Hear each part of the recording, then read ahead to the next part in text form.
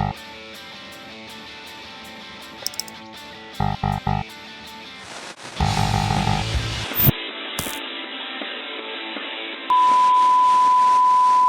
guys! Hey there! Welcome back to another super creepy special edition episode of Violating Community Guidelines. With Brittany and Sarah. And Sarah also is here. You said another creepy episode. Have we done a creepy episode before? No.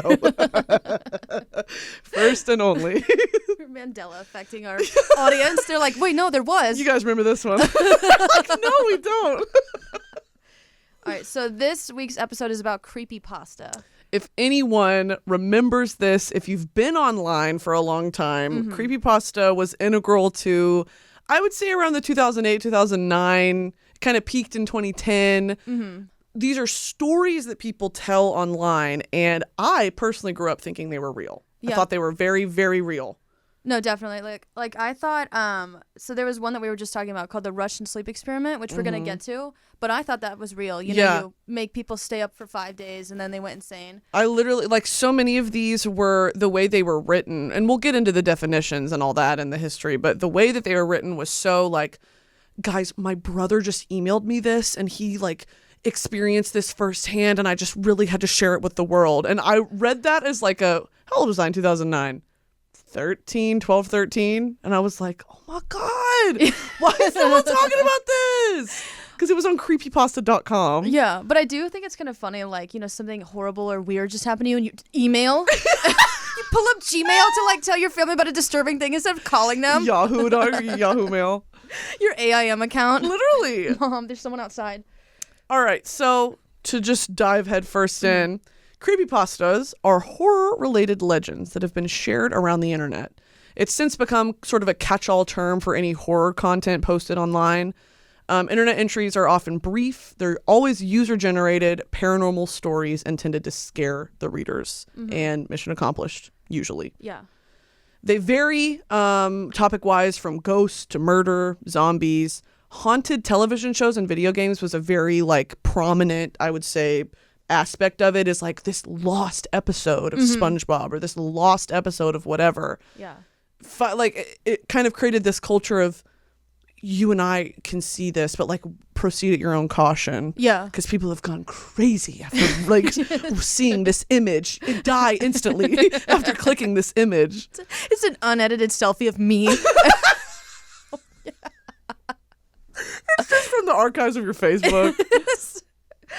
But so it's a portmanteau, which is my favorite word. No one really cares, of the words creepy and copypasta, and it was coined on 4chan in 2007. So we do need to tell you what copypasta is. It's basically like copy-paste stories. So I'm going to read a little bit about that. So copypasta is internet slang for any block of text that gets copied and pasted over and over again. It's typically disseminated by individuals through online discussion forums and social networking sites.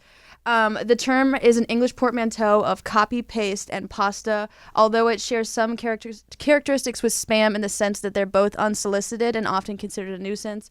Copypastas are mainly spread through human operators, whereas the latter is automatically generated by bots and stuff like that. So this is like the happy Spooktober, you spooky slut. Text it to 3 of your friends if they love you, or else you're going to be haunted by the ghost.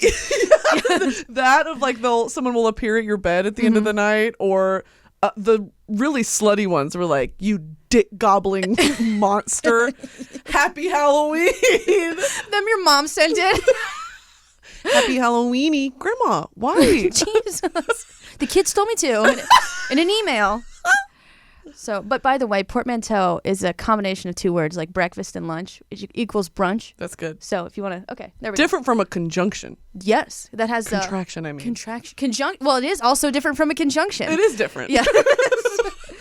But do you want to talk about the history of copypasta? Yeah. So creepypasta, like I said, was from this weird era of, if you were on this section of the internet in about 2009, this was laying the foundation for where we have landed today. So its exact origins are unknown. We do know that it comes from this sort of like 4chan, 7chan, weird Reddit culture. They're usually written anonymously, routinely reposted, It was thought to emerge, like Sarah said, from this text of chain emails Yeah. that were seen in the 90s, which were later reposted to internet forums. The genre had its peak in 2010 when Time magazine covered the phenomenon. And the earliest creepypasta stories originated, like I said, on 4chan. Then it kind of branched off into Reddit under r/nosleep, which I would recommend you go check out if you have the time or interest, because it's kind of crazy, dude. Okay, so there are subgenres like lost episodes, as Brittany was talking about. There's the copypastas are about, these creepypastas are about lost episodes, usually from kids shows that are supposedly like they were never aired or removed due to their nature. Lost episodes often focus on suicide or imply the viewer will suffer. And so there's one from like Tom and Jerry, Max and Ruby, the Teletubbies. I did watch the one from the Teletubbies, and it was kind of creepy. It makes sense why they wouldn't want children to watch it. They're all creepy. Is it real? Well, it's an actual episode, yeah. So that is a lost archive episode. But it's basically like this bear is just like its voice is like echoey and dark. It's like, find the bear, I'm the bear. And like all the Teletubbies are just like looking around, and this like bear thing on a cart comes by, and it's like really creepy. It's kind of creepy, yeah. Maybe I kind of want to watch it. You should. I remember like one of my core memories is the SpongeBob lost episode that was Squidward's suicide. What? It trended on YouTube back in like when Fred and Ray William Johnson were on YouTube. Do you remember that era? Yeah. It was very much that, and it was a viral video. I don't know if it's still up, but it was so haunting and so weird. And I just like, I don't even remember the plot, but I remember some of the like screenshots of it and the art, and it was just the most ominous music. And it started this whole thing of like, you feel like you're one of the only people who's been burdened with the cross I bear. Yeah. Is Squidward's suicide. Wait, do you know what pushed him over the edge? Mm-mm. Oh my gosh, I looked up the images. That is kind of creepy. Is Yeah. that like real though? No. Oh, it's not real? No, someone made this. It's like so... Hold on, I kind of want to... I mean, if there were any cartoon character to, kick the bucket in that way, I think it would be... it would so be Squidward. I think Squidward and Eeyore would have a pact going. Yeah. That they both crossed over, and they're like, all right, it's time. Yeah, enough. Enough. That's actually... This lost episode is where that meme of Squidward comes from. With like hollowed out black eyes. Mm-hmm. Where it's like, I've seen on Twitter like, I'm just so tired. And it's Squidward with like red black eyes. That's where it comes from. Mm-hmm. So there's a ton of these that exist in theory, but without the actual like video evidence to support it. Then beyond just like television shows, there's video games. So these focus on grotesque and like violent imagery. Mm-hmm. The content may spill over into the real world and cause the player to harm themselves or others. And if you remember, which we'll talk about way later, this is real. Like children were consuming this media and hurting each other. Yeah. There were the Slenderman stabbings, like 12-year-olds, so many across the country and across the world were literally taking knives and like harming other children because of these things they were consuming online. Yeah. That's like that age-old question. Like, do you think like video games like should be like banned video games or something like that? Like, do video games make people violent, or like is it just people who are already like predisposed to violence, and then the video games just like gives them ideas? I think I did like a whole paper on this in high school, coincidentally, of like it's that the question of, do you think humans are innately, do we just want to beat the shit out of each other constantly? I think so, kind of. Yes.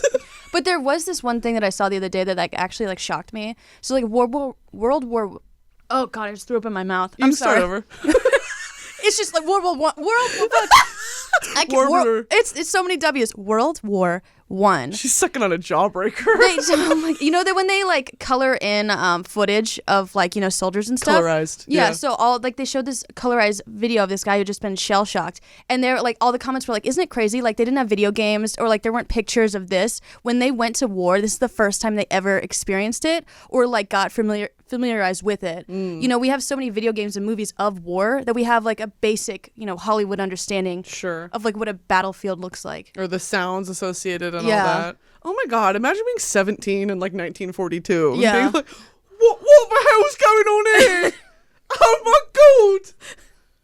Oh, and the way they just didn't give a shit. British? Why am I British? I imagine myself in 1942, but I'm British. But I'm in Normandy. My name's Elizabeth. But yeah, there's usually what usually can actually be played. Oh, so the video games, the creepypasta video games, like streamers and YouTubes play them for content. There's like Pikachu Lost Silver. There's a Pokemon that's a creepypasta. Yeah. I watched some of these clips that are reposted onto TikTok, and I used to watch them on YouTube of people playing like Scary Maze game. Oh yeah. You know that one that like they put like the old person in front of the screen. And they're like so close to their Grandpa, watch this, and at the end there's like this jump scare, and it just like scares like children and old people shitless. Oh, it's so good. Is it good? It's so good. Grandpa's in the hospital. Beware, you may die. Watch this for instant death. Literally, that's this whole episode. There's Mario and Pac-Man. Yeah, there's like Minecraft ones as well. Like there's just, what is the human obsession with wanting to be scared? I don't know. I think it's like people who the same like vein as like adrenaline junkies, where like you jump out of a plane to like feel alive. I guess like fear makes you feel alive. Maybe. Do you like horror movies? No, I hate them. Will you watch them if you're with other people? Like if, yeah, I mean like if everyone else if there's like 20 other people in the room. Sure. If it's like one other person, it's not worth it. I need to like feel like other people surrounding me. Yeah. I remember like I watched like what is like Red Eye. No idea. Like there's like this like movie about like this killer on a plane or like this like and that was the scariest thing I've ever seen, and it's not even a horror movie, and I had to leave. Oh my god! Like a movie theater? Yeah, I had to like leave a movie theater. Do you like horror movies? I like watching them with other people. I'm imagining you in a movie theater, like holding everyone's hand. People are gripping your toes like a hand, like just touching you at all costs. That's kind of how I am. It's like I have to be gripping onto someone. Yeah. Because I don't know. I get the fascination with the macabre. Yeah. And oh my god, I saw this thing on TikTok the other day that was like, I think it's because we were so shielded as children from all the bad things in the world that it's this hyperfixation obsession with morbid things and death and being scared and creepy shit because we weren't exposed to it. Yeah. And so it's this interest, but also visceral terror. Yeah. And that's kind of my experience is like, I used to love creepypastas. Well, not love, but like I would read them because it's like, oh, I need to know. Yeah, I think I was that messed up kid that just instead, this is going to be really sad, looked up gore, like actual gore. And that's when I think I got like a bunch of my mental illnesses. Oh, I believe it. But I think it's the same. It's just like, what's that? What's your interest? What's it called when it's like dark interests? Oh my God, never mind. It's like why people love like true crime and stuff. You know, morbid like curiosity. That's what I was trying to say. Yeah.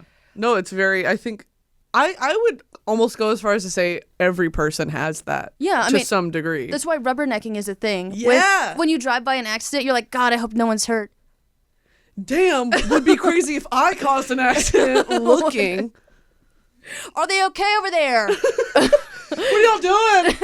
Damn, that looks bad. You can't park there. Stupid. Yeah, I think it's very true. You were 11 on the dark web. Yeah. What the fuck y'all doing over here? What does it look like when someone's been sawed in half? Jesus. Well, I have depression. Then when I went to church, nothing meant anything anymore. I was like, oh, I did something to my brain just now. Yeah. Before youth group, you're looking up like human cannibal cookbook. So there actually is a lot of creepypastas obviously inspired by psychotic killers, or like they made up them. Mm-hmm. One of the most famous was Jeff the Killer. I did add a link because I didn't scroll down far enough. But there's Jeff the Killer, Eyeless Jack, Homicidal Lou, Clockwork, Offender Man. That's Slenderman's cousin. Sounds like a German person trying to name pedophilia. Yeah. Offender Man. Okay, Nina the Killer, the Puppeteer, Jason the Toymaker. I don't know any of these except... Actually, I don't know any of them. Yeah, Jeff the Killer, Eyeless Jack. But these do sound like, you know, names came up by like children. Yeah. Jeff the Killer. Scary the Clown. It's like, okay, girl. Man Creep. It's like, who came up with this? Creepy Man will be standing at the foot of your bed. They're two separate people. Number 11, Creepy Man. Oh my God, we have to do a whole other episode on Chill's Countdown. We do, yeah.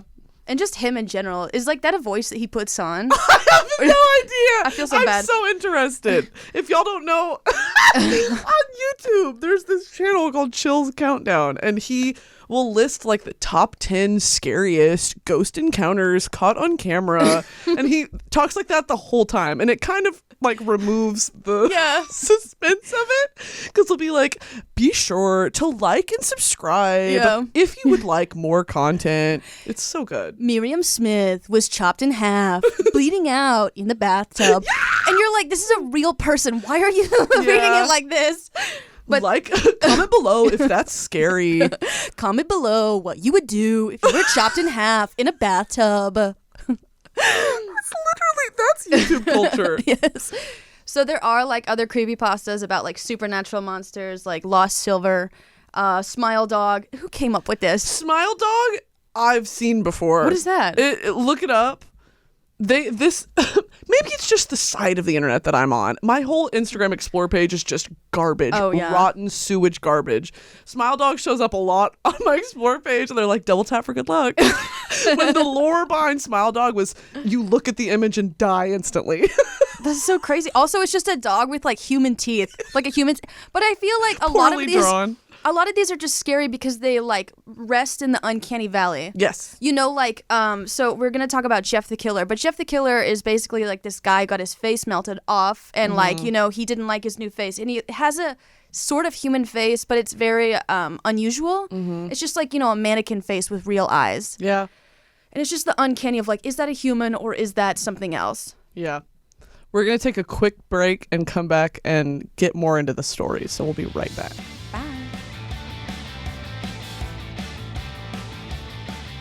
Hey guys, it's Brittany. As we know, 2022 has hit the ground running, and online shopping is not slowing down anytime soon. Is your business ready to keep up the pace? Well, with ShipStation, you'll never worry about shipping ever again. Make the switch to a solution that handles all your shipping needs quickly, affordably, and painlessly. ShipStation is already trusted by over 100,000 e-commerce sellers. You can keep track of orders from any sales channel, easily find the best shipping carrier with deeply discounted rates, and automate just about any shipping task with just a few clicks. I personally love how easy ShipStation is to use right from your phone or mobile device versus when you have to go online. What am I supposed to do? Pull out my laptop? Never again. Save time by funneling all your orders into one simple interface, no matter where you're selling. Manage every order, Amazon, eBay, Etsy, or your own website from anywhere, even your phone. No more headaches from dealing with returns and return tracking. ShipStation makes it easy. Save money when you compare carrier options and choose the best shipping solution every single time.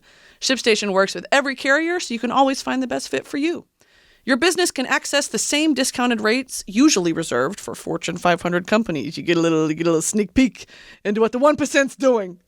Save your sanity knowing your orders are handled and you're getting the best rates. Make shipping the easy part of having an online store. You got bigger ideas to think about, you little geniuses. No wonder 98% of companies that use ShipStation for a year keep using it for as long as they're in business. It's that good. Ship more in less time with ShipStation. Use my offer code VCG to get a 60-day free trial. That's 2 months free of no hassle, stress-free shipping. Just go to ShipStation.com, click on the microphone at the top of the page, and type in VCG, like our podcast, guys, Violating Community Guidelines, VCG. ShipStation. Make ship happen. Hey guys, welcome back. We're back. So, like Sarah was saying before, we kind of want to go into detail on the Jeff the Killer. He's one of the, again, not real. None of these are real except for the ones that are. And don't forget it. So, Jeff the Killer, if you want to take it away, I'll let you take it away. Let me burp 1 second. Ooh, that was thick. That had some girth to it. Sorry. Okay, so Jeff the Killer, born Jeffrey Woods, Elwood's relations brother, is the titular main protagonist turned to the main antagonist of the 2011 and 2015 revamped creepypasta story of the same title, Jeff the Killer. He is an adolescent serial killer and registered creepypasta. So he's a kid? Yeah, he's a child. He was disfigured after being set on fire while fighting a gang of bullies and lost his sanity after witnessing his quote-unquote new and quote-unquote beautiful face. Someone read the picture of Dorian Gray and was like, I know how to adapt this into modern times. This is actually written by Stephanie Myers.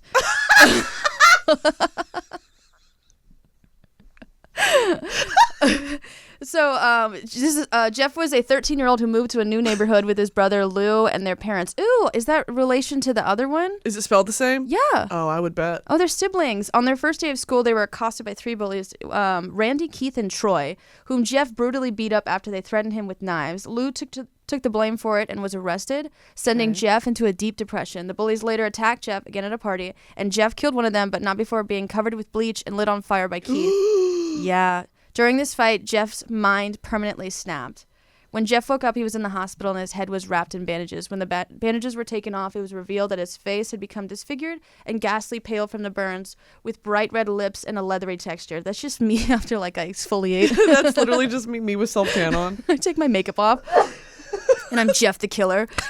Jeff said that he liked his face this way and laughed hysterically, but the doctor foolishly thought that this insanity was merely a side effect of the painkillers and let Jeff go home. So basically, he went on a serial killing rampage because he didn't like his face and he was bullied, and he wanted to enact his revenge. Loser. This image literally is when Tana Mojo facetunes her pictures too much. There's no nose. Literally those hilarious boomer Facebook edits. Yeah. Of where the filter is just, you're unrecognizable. Yeah. You have rendered yourself as an animated character. That is what this image is. That's exactly that. It's also crazy.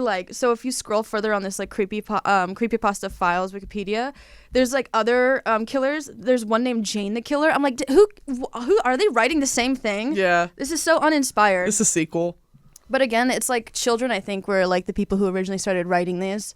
I think I disagree because some of them are so well written. Yeah. It's hard for me to believe that a 13-year-old was just behind the keyboard. Well, I mean, so the reason why they're shared over and over again is they can edit them, if they want to fix spelling, and then you can just repost it anywhere. If anything, this is not even a rough draft. This has been written 700 times. This is the Bible. Yeah. It's been translated in over 6,000 languages over 2,000 years. Jeff the Killer is a book of the Bible. Lost Archive. Matthew, Mark, Luke, John, Jeff the Killer. Matthew, Mark, Luke, John, and Jeff. But yeah, they have Eyeless Jack. I assume it's just an eyeless man named Jack. But Eyeless Jack. He just has no nose. Oh yeah. Oh, am I gonna see something? No, it's not that scary. I will admit, the Jeff the Killer's kind of creepy when you look into his eyes for way too long. Yeah. It's all right, I'm done. I'm done with this. It's just the uncanny valley. Isn't it crazy that aliens and stuff like that aren't as scary as something that looks almost human? Yeah. Something that's supposed to scare you is not as scary as something that is just weird, Maybe because we're the scariest thing imaginable. What we can do to each other. Fuck. God damn. I think it's so funny that what's scarier than scary is weird looking people. Someone who's a little uggo. Ain't nothing scarier than an ugly bitch. Damn. Oh my God. They have more supernatural monsters. I have no idea what Lost Silver is. It sounds like a pirate. And then Smile Dog, Sonic, Ben Drowned, but it's all capital Ben. Eyeless Jack, Laughing Jack, Separate Guy, Sally, and Slenderman. Ben Drowned. I want to read this one. But it's capital Ben. Ben Drowned. Yeah. Oh, it's boring. The story revolves around a Majora's Mask cartridge that is haunted by the ghost of a boy named Ben. What is a Majora's Mask? It's a game. Oh. Boring. Is it a wizard hat? I don't know. Okay, so this one changed the course of my life forever. Okay. The Russian sleep experiment. Oh, yeah. I remember reading this in my childhood bedroom and thinking, oh my God. Oh my God. So again, they frame this as being real, of someone's brother emailed this. It's a story about this supposed experiment performed by Russian scientists in the 40s, in which prison inmates were gassed to test the effects of prolonged sleep deprivation. Again, what you're hinting at of it's almost so real. Yeah. It's imaginable. Yes. Versus aliens and ghosts is you have to extrapolate and kind of think outside the box to really conceptualize the idea of aliens. Yeah, this is so familiar. Yeah, you hear Russians and you're like, this sounds like something they do. Right, and especially because I didn't hear what you said. Yeah. This sounds like them. This sounds Russian. Especially with historical context in the 40s, it's like, you know, everything that was going on in the 40s and all the weird medical testing and all that, it just made sense in my brain. Yeah. So the blog posted the Russian sleep experiment story. The blog that posted it claimed to have received the creepypasta in an email from his brother, like I said.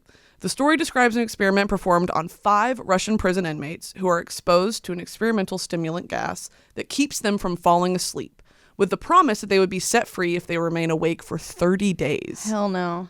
There was a video that circled that was just so incredibly terrifying. Yeah. And I remember watching it. But you know, like how if you don't like have food, you can like go without food for like a couple weeks or like a month. If you go for like without water for like a couple days, you die.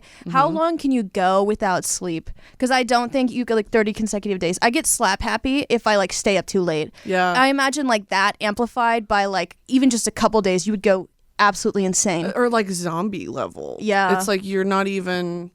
I would have a heart attack. I feel like like from not sleeping, I would just be like exhausted and like my body's trying to stay awake. I would just like die. I can't remember if they fed them or not. Okay.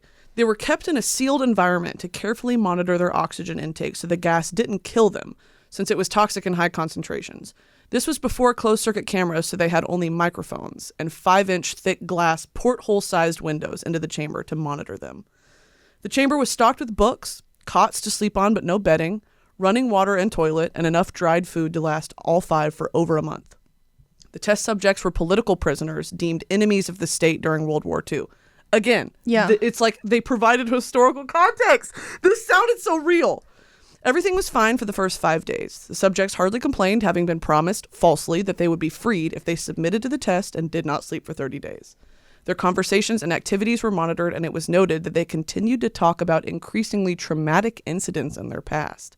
And the general tone of their conversations took on a darker aspect after the 4-day mark. After 5 days, they started to complain about the circumstances and events that led them to where they were and started to demonstrate severe paranoia.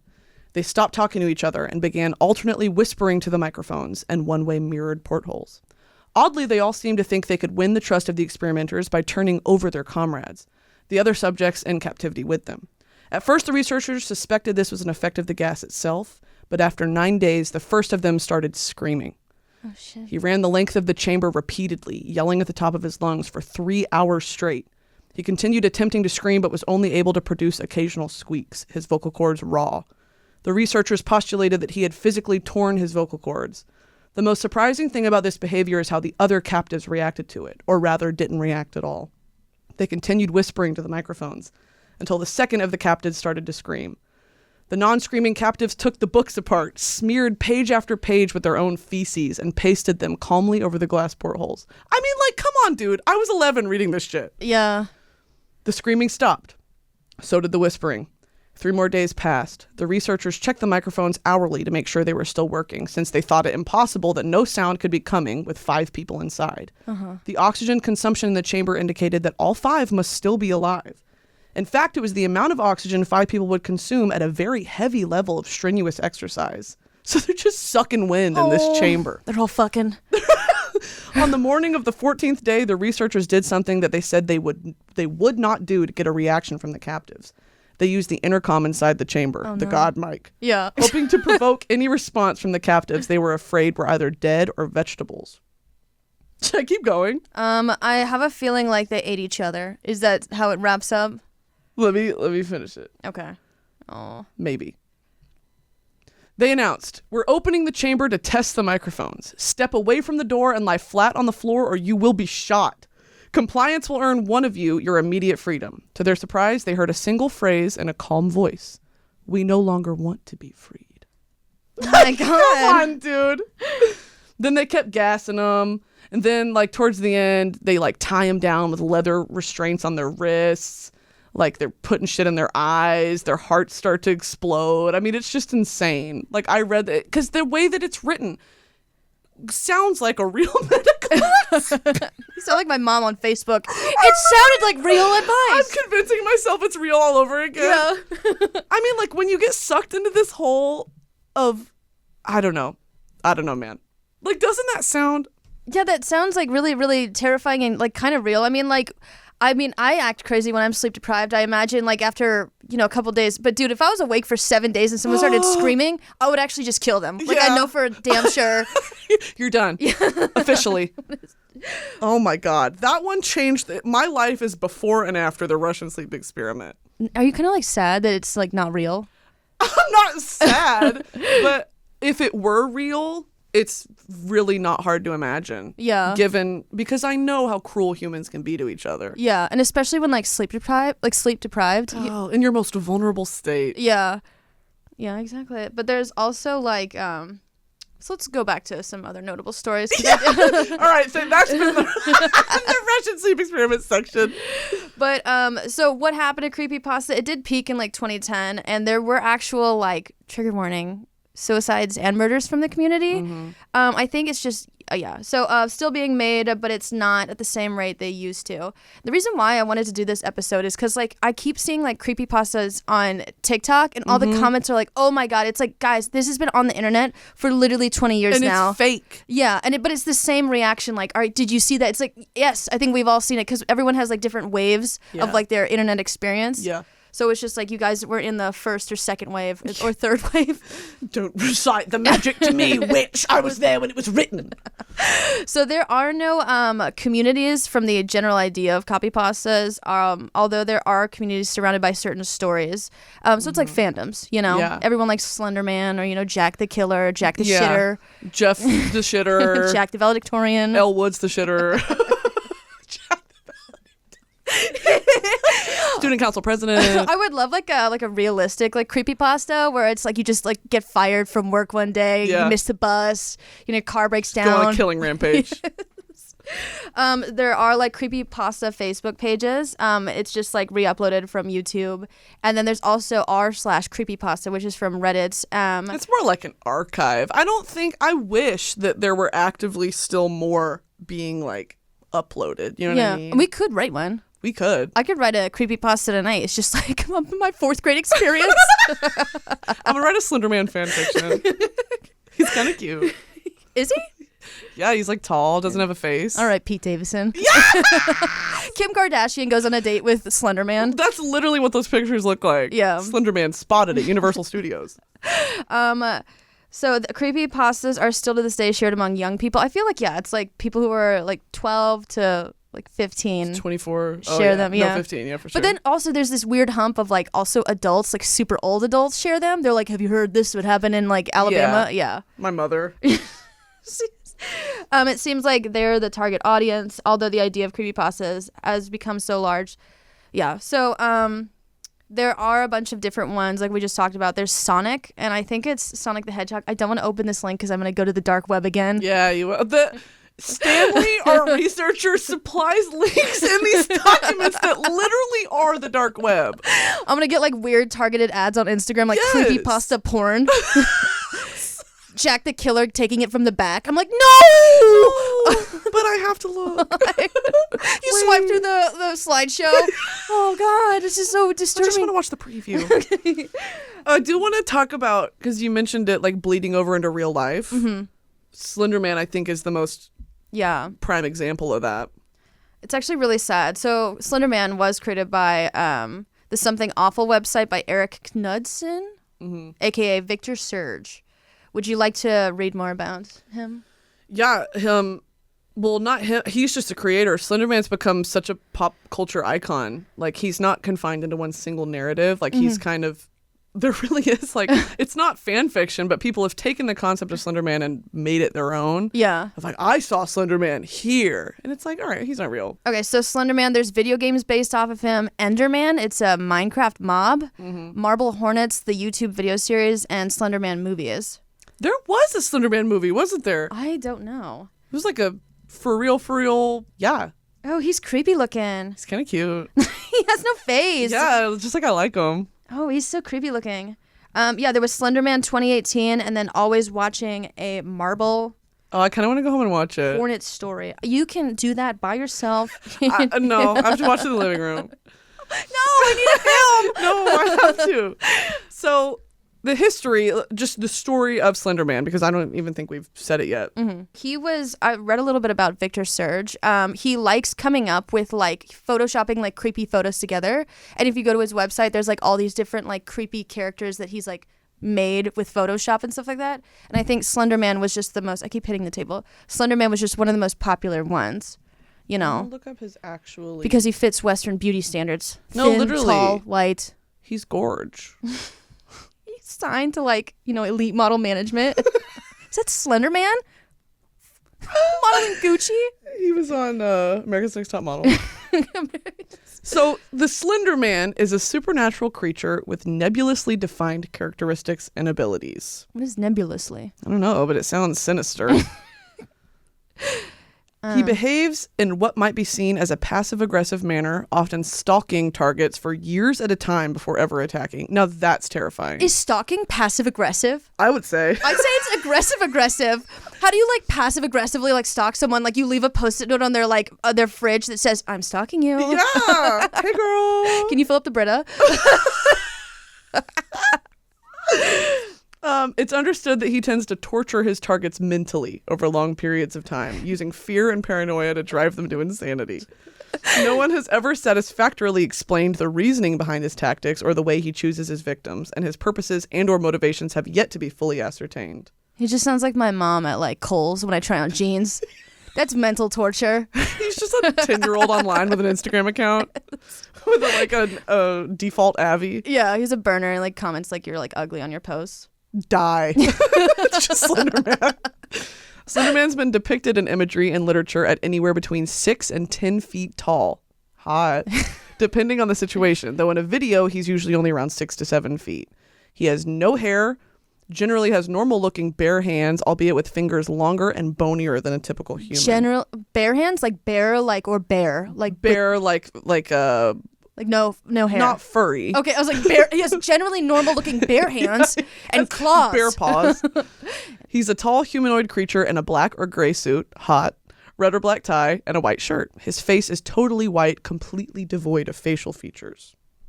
So he's again in that uncanny valley. He's like the optimal man. Yeah. He's the optimal man. No mouth. Cannot speak to you. Can't speak. Just kind of follows you around. It'd be funny if they were like, his height is 5'11" to 10 feet. You're like, oh. Yeah. You're like 6 feet. Yeah. I'm like, wait, he's getting like super cute. So there are, which is really sad. Slenderman, we're joking, but there are like actual crimes committed inspired by him. Yeah. I would say that like he didn't cause people to commit crimes. It's just like people who are already like in a vulnerable state, you know, like took in the creepypasta as fact and then just ran with it. But yeah, May 31st, 2014 in Waukesha, Wisconsin, 2 12-year-old girls, and Anissa Wire and Morgan Geyser, they lured one of their friends into a forest and stabbed her 19 times. 19 times. That's crazy. How do you as like 12-year-old girls, like, does that sound strange?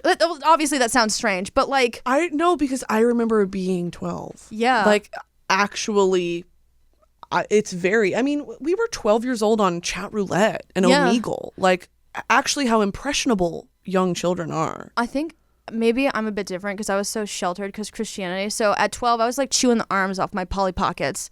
Yeah. I wasn't like, let's stab a classmate. That's why you got gut issues. Lined with Polly Pocket plastic. Kept swallowing them.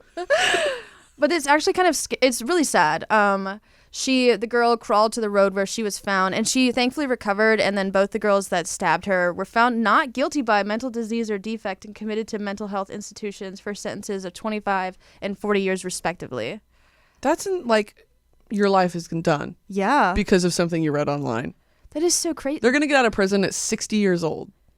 And they're going to, dude, that's so, the stabbing took place in the woods during a game of hide and seek. Geyser felt no empathy. That's scary. And then the other one was described as feeling guilty for stabbing the victim, but felt that the attack was needed to appease Slenderman. It's so scary. This is like the Manson murders for PBS Kids. Like they wanted to like appease some like, you know, creepy leader. Slenderman has a guitar. He's Charles Manson. Cocomelon. Yeah. No, this is so sad.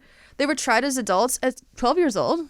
That's crazy. They tried to kill someone. I know, but I mean, wouldn't they be tried as like juveniles and then like maybe? I'm not sure. I don't know. You're asking me about. Hey, never ask me about the medical care system or the justice system or the law. That's so crazy. And then they were later, diagnosed, but it shook the creepypasta community to its core. Yeah, this was the first kind of like, oh shit, this is affecting people in the real world. This is no longer just a forum online. It's also, children are very, very impressionable. Yeah. And they had to reiterate that it was not part of their community and they do not condone this type of behavior and are not satanic. They never really were the same from Creepypasta / Slenderman community after that. And they created a live stream to fundraise for the victim. And then there's like this whole debate on the effect the internet has on children. I think that children should not be on the internet. I agree, but it's also like we wouldn't be here if we didn't just dick around online at a young age. Yeah, I would say like 15 is like probably like a good time. I wish on TikTok or Twitter or Instagram I could filter out people who are under 18. Yes. Because like sometimes I'll post something that's like a little bit sexual because I'm a fucking old ass person. A grown person. Yeah, and they're like, hey, there are children on TikTok. I'm like, they shouldn't be on my page then. Yeah, like, not my problem. That's literally not, I'm not going to like adjust myself for the thought of a child may see me someday. That's very valid too. And the thing of like, it's their parents' responsibility. Yeah. They have no idea. My parents had no idea what I was doing online. Yeah, as a teenager. Your parents should just be more aware of like your internet usage. I mean, they probably shouldn't like, was that Tiger Parent? But like just be more aware of what you're dealing with. But there are, the stabbing sparked a debate about what their children look at on the internet. Old boomers thought this is from Stanley. Old boomers thought creepypastas were a cult made from the devil. So true. What is up with like old people as soon as they like, oh, it's from the devil? Like we did this, episode on conspiracy theories where we're talking about like the Denver airport. And like as soon as someone sees like a weird looking piece of art, they're like, the devil. That's the devil. It's a portal to hell. We have another episode, I think either that came out or will come out, about like furries and like how anything strange, it's either the devil or it's sexual. Because that's what people want. People want. It all goes back to this obsession with, if it's not the other, then it's like the macabre and the... I can't even think of a proper descriptor, but like it's an obsession. The Christian community especially has an obsession with making the devil the scapegoat. Yeah. When really it's just human nature. Yeah, it really is. So yeah, exactly. I'm literally just blanked when you said that. The devil, because I thought devil, goat, and I was like, oh, that's fun. Yeah. And then I just blanked on what you were saying. But yes, I agree. Thank you. I agree with what I thought you said. But yes, yeah. Yeah, there's other stories like this as well, not to go into detail, but like another 12-year-old girl killing her stepmom, saying that Laughing Jack told her to, a 13-year-old girl stabbing her mom, saying Slenderman made her do it, 14-year-old girl sets house on fire for Slenderman. She soaked a towel and a bedsheet with bleach and rum and set it on fire. Like, how do you know how to do that? Bleach and rum. How do you know how to do that? I wonder what that tastes like. Probably and kind of delicious. But there's like 12, 13, 14-year-old girls. So it's like young people who are like just very, very impressionable. And it's also young girls trying to please a man. An older man. Yeah. I was groomed by Slenderman. Or it's like, like how those TikToks where someone's like, I went to a One Direction concert when I was 11. Shaved my whole body. Fully shaved my body thinking that like these boys were going to hook up with me. Yes! It's like one of those things. It's like Slenderman doesn't know who you are. No. When he's singing at his concert, he has Babe, he's verified. You're not. Sliding in Slenderman's DMs. But there's other ones like, so Laughing Jack is just a sadistic killer clown who was originally an imaginary friend. Clown? Yeah, he's a clown. That is until the boy forgot about him. So you follow his story through being made, forgotten, and becoming a sadistic killer clown. So I guess he started off, a sadistic killer clown who was originally an imaginary friend. Okay, so he started off as an imaginary friend and then became a clown. Oh, word. Total career change, No, literally, good for him. It takes a lot to like just pick up and move industries. And pursue a creative field at that. Yes! He said, fuck college, I'm going to be a clown. His burnout must have been so real. Man, are clowns a dying breed? I think they are. Do you find clowns scary? Yes! Really? Yes! You don't? I mean, I think during the daytime, I don't find them like scary. I think anyone with too much makeup on, it's too close to my face, kind of scary. Sure. British women. My mom. No. So with Laughing Jack, he's extremely dangerous. Laughing Jack is a vile, twisted, and sick creature who both kills children and breaks their parents' minds. Shit. Double whammy. 2 for 1. Yeah. He is a monster that is fully capable of mutilating and violently murdering anybody he deems as worthy to be his quote-unquote friend. So actually, to deter him, you'd have to be distant. You have to be cold with him, like ghosting him. Yeah, like he asked to hang out after work. You're like, I'm sorry, we're just coworkers. Yeah, no, I'm just like super tired. No, yeah, we did a group project, but coworkers. It's nothing more than that. Wait, so I don't understand. It was an imaginary friend. Is this someone just having a fucking psychotic episode? Oh no, it was a little boy who had an imaginary friend, and then the boy grew up, forgot about. This is like the alternate. Became his imaginary friend. Yeah, this is the alternate to Toy Story. Instead, Woody grows up and like kills people because he's forgotten by Andy. Toy Story Dark Web edition. This is like, you know how like the original Cinderella was like about like people cutting their feet off? Yeah. This is the original. Wait. Yeah. Is that true? Yeah. Is that a creepypasta? No, it's not. So like the original Cinderella story, the evil stepsisters tried on the glass slipper and they couldn't fit, so they cut off their toes and their heels to like try to shove it in the shoe. Most like another unrealistic beauty standard for women. No toes. Literally, no toed Rella. That's what they called her. Oh my god, I had no idea. I need to like look into that later. Yeah, look into like German fairy tales. They're like, yeah, they're so fucked up. Yeah, like Hansel and Gretel is about 2 children who are going to be eaten by a woman, and I'm pretty sure it's like more like horrible than that, the original. Oh my god, should we do an episode on that? That's not creepypasta. Is that not specific internet. to the No. violating? I'm just interested now. Violating ye old community guidelines. Violating society rules. Thou shalt not publish this. So there's also Smile Dog. Basically, it's a dog that has a human smile. Yeah. Which is creepy. You ever seen like a animal that has like human eyes? Yeah. And you're like, yeah, people tag me in those fucking videos all the time. Like, this dog looks like you. Thanks, guys. And yeah, it does look like me. If you were in an Animorph book, you'd be this dog. I would be the in between. Yeah. Not quite human, not quite dog. Well, 100%. Broski. Okay, so there is one called Ted the Caver, and I was like, it's just Ted, like a creepypasta about a guy who like succumbs to like peer pressure. Is that really? Oh. No. It's Ted the Caver, like he lives in a cave. It should be Ted the Spelunker. The spelunker? That's a great word. It really is, because it sounds exactly like, what's that? Spelunk. Onomatopoeia. Of where like the word sounds exactly like what it means. Spelunk. Yeah. Like you're throwing a human body in like a ravine or something. Into a cave. Yep. So Ted the Caver, it's from 2012. Wait, this is someone giving their life story. It's like a recipe. Yeah. So before I tell you the story, I do want to talk about... I read this story and learn how to make lasagna at the same time. Okay, so, oh no, it's, okay, so this is a first person like point of view of this. I don't want to do this. Read it. POV, you and I get lost in a cave. I love. Wait, no, I need to find just the rundown of it. Oh no, I opened the dark web. Exit. Oh no. Okay. Good old trusty knowyourmeme.com. Ted the Caver is a creepypasta story that originally appeared as a series of blog posts written by a spelunker, named Ted, recounting his experience exploring Mystery Cave. Ted began an Angel Fire page on whatever the hell. The post detailed events that occurred in December 2000 when Ted and his friend Brad, whom he referred to as B, began exploring a cave they found close to their home. When they entered the cave, they found a narrow passageway with a small hole that they began to drill through in order to explore further. The blog documents the strange occurrences. Ted, Brad, and later their friend Joe encounter... Where'd Joe come from? The cave. He was just down there. Encounter including ghastly screaming, unnatural wind, and strange hieroglyphics that appear deep inside the cave. Ooh.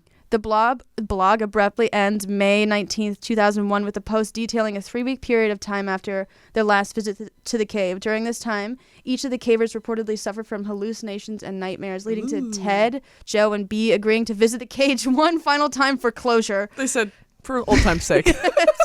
Closure. They fucked the cage. Fuck the cave hole. Prepared to enter the cave with a gun and a knife, Ted stated in the final blog that he will update the website immediately after he returns with answers to everyone's questions. The site has not been updated since. Oh my god, we have to go get him. He's down there. I know, all 3 of those dudes. But so yeah, the story was discussed on the national, message board in 2004. In the thread, a poster named Ralph Powers noted that he knew Brad in real life and had been in the cave. He explained that the caves went under an interstate with the traffic overhead possibly causing the otherworldly noises Ted described. Later in January 2008, a poster named Caverdale affirmed that the actual cave is named Interstate Cave, which is located in Utah. And then between 2006 and 2011, the link was shared and discussed on message boards, including all these like different places. So there's people corroborating the evidence that it's real and he was down there and he died? I think they're just like, there is a part about like debunking, but I think the actual cave does exist. And it would make sense, like the creepy sounds would be cars going overhead. Someone is like a 18-wheelers. Someone is like a customized car horn. And you hear that down in the cave, you're like, oh my god, the spirits. It's just RVs. Is that an ice cream truck? It's an RV. Wait. See, that I think that's the most interesting part of all of this is the way that they're framed is like this happened and it's unsolved, or it happened and they wanted you to know about it. Yeah. And I'm like, I know.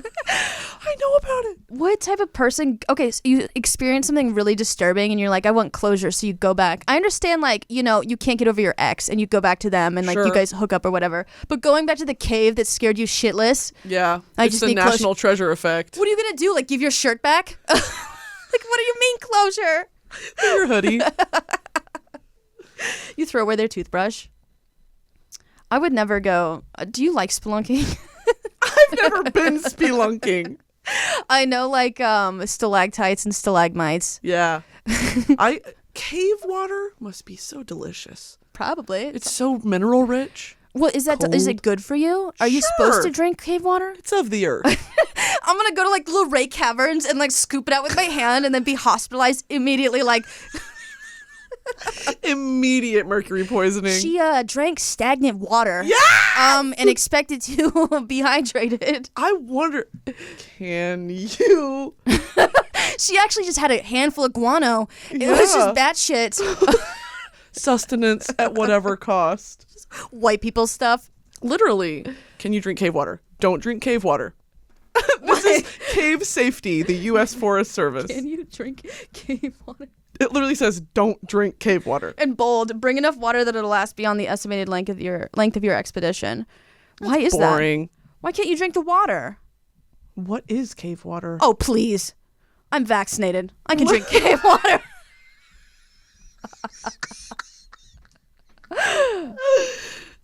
This sounds like a challenge to me. Yeah, never go caving alone. A cave group should include a minimum of 4 people and a maximum of 8. Children should never explore caves without an adult. If someone gets hurt, at least one person should stay with the injured person while 2 others go get help. Oh, their water is contaminated by the groundwater that flows directly into those waterways. So it's contaminated by like feces from farm animals and wildlife from above because it's literally seeping Oh, yeah. through the ground. All right. I guess I won't drink feces. Hell, I'll still do it. I'll do anything once. Wait, many caves are off limits because of white nose syndrome, a disease What is that? it's a disease that has killed millions of hibernating bats. What is that? What is white nose syndrome? Oh no, wait, I'm leaving. I'm going to something on like a no. I'm sorry. No, I'm Googling it. It's whitenosesyndrome.org. Are we going to spread misinformation? Probably. One of Please. the worst wildlife diseases in modern times, having killed millions of bats across North America. Oh no. Wait, but what is it? What causes it? It says what is it? Disease. It affects hibernating bats. Is caused by fungus. Or something. It's a long word. Yeah. Sometimes PD looks like a white buzz on bats' faces, which is how the disease got spread. Okay, so why did so we can't drink the water because bats get sick? That's a little selfish. Yeah, that's so rude. I can't go to the concert because my sister's grounded. Fuck you. Fuck your dad. You're not my real dad. It's Slenderman's my dad. Slenderman's my boyfriend. I love him. I wonder if there's Slender Woman. Oh my god. Inclusivity. Slender them. Slender them. Slender they them.